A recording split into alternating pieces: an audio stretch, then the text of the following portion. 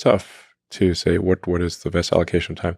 I mean, there are, often say, if you look at, say, Tesla, Tesla this year will do over 100 billion in revenue. So that's $2 billion a week. If I make slightly better decisions, I can affect the outcome by $1 billion.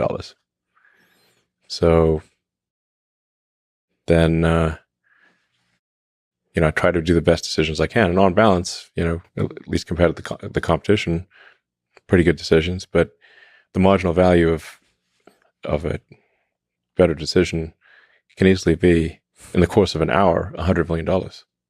Given that, how do you take risks? How do you do the algorithm that you mentioned?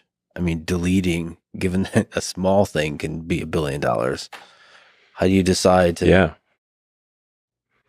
Well, I think you have to look at it on a percentage basis, because if you look at it in absolute terms, it's just I would never get any sleep. It would just be like I need to just keep working and work my brain harder, And I'm not trying to get as much as possible out of this meat computer.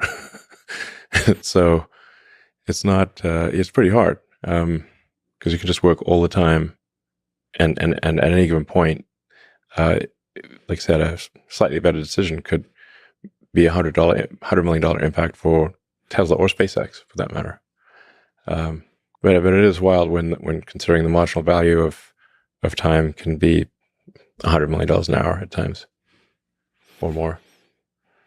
Is your own happiness part of that equation of success?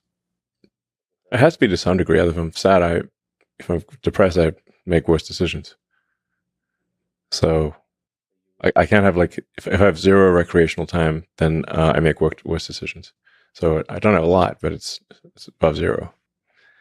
I mean, my motivation, if I've got a religion of any kind, is a religion of curiosity, of trying to understand. It's really the mission of Grok, understand the universe. I'm trying to understand the universe, or at least set things in motion such that at some point civilization understands the universe or far better than we do today, and even what questions to ask. As Douglas Adams pointed out in his book, sometimes the answer is arguably the easy part.